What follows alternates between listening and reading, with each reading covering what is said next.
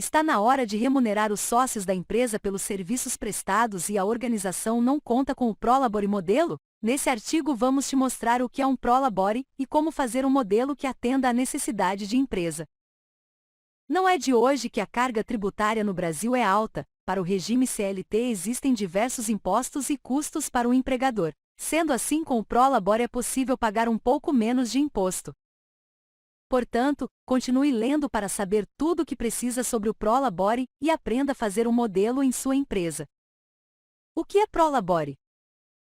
Primeiramente, vamos entender o que significa Prolabore, sendo esse o nome dado à remuneração dos sócios que trabalham na empresa. Portanto, o Prolabore corresponde ao salário recebido pelo administrador contratado para essa função. A palavra Prolabore tem origem do latim que, em português, significa pelo trabalho. Contudo, vamos ressaltar que Prolabore não é sinônimo de salário, sendo, nesse ponto, diferente com relação a benefícios. Para Prolabore não se aplica os mesmos benefícios concedidos pela CLT como, por exemplo, 13º salário, férias e FGTS. No entanto, no caso do Prolabore os benefícios são decididos entre o administrador e a empresa. Por que adotar o Prolabore? Um dos principais motivos para adotar o Prolabore está relacionado a evitar as altas cargas tributárias da legislação brasileira. Normalmente, as empresas sofrem diversas dificuldades devido às regras dessa legislação. Sendo assim, as empresas necessitam garantir uma maior eficiência na gestão dos contratos de pessoas, para garantir melhores taxas de lucros e desenvolvimento da companhia. Para isso, algumas práticas são essenciais para a utilização do Prolabore, como definir o valor que poderá ser retirado entre os sócios de forma que não gere impactos nos resultados da empresa.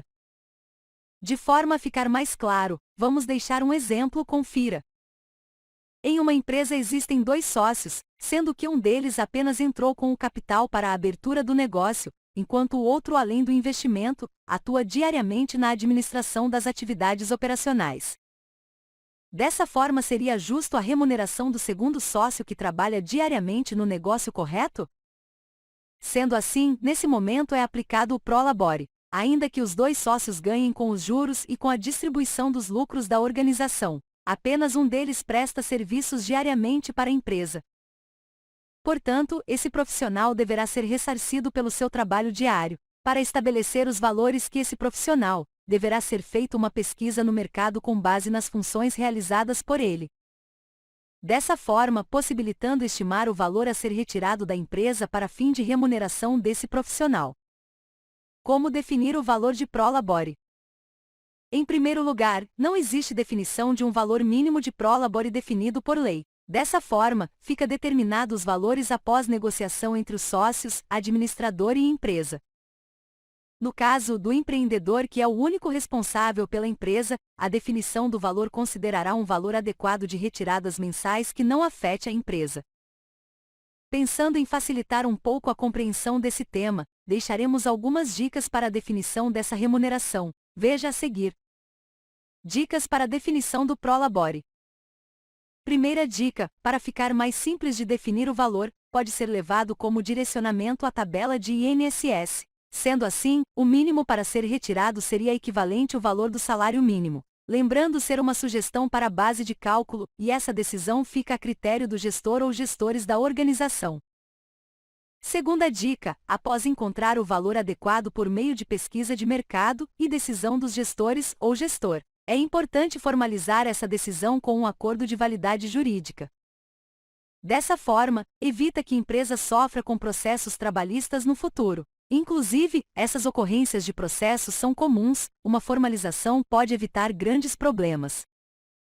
Além disso, insira cláusulas específicas no contrato social da empresa. Registre também o Prolabores como uma despesa administrativa. Terceira dica: conforme indicamos no tópico anterior, o Prolabore necessita ser registrado como despesa operacional da organização. Os impostos serão incididos de acordo com o regime tributário ao qual a empresa se enquadra. Sendo assim, o percentual de retenção devida ao INSS será de 11%. O empresário que recebe via Prolabore não recebe olerite. Para isso, a contabilidade da empresa necessitará dispor de um Prolabore modelo que servirá de comprovante. Prolabore Modelo. Caso você e sua empresa ainda não conte com um Prolabore Modelo para recibo, preparamos um esboço que poderá ser editável em qualquer editor de texto. Sendo assim, basta preencher as informações solicitadas. Recibo de Prolabore. Data, mês e ano. Fonte pagadora, razão social da empresa. CNPJ, CNPJ da empresa. Endereço, insira aqui. Favorecido, nome do funcionário recebedor. CPF, insira aqui. Número de inscrição no INSS, insira aqui. Valor bruto, insira aqui. IRRF, insira aqui. INSS, insira aqui.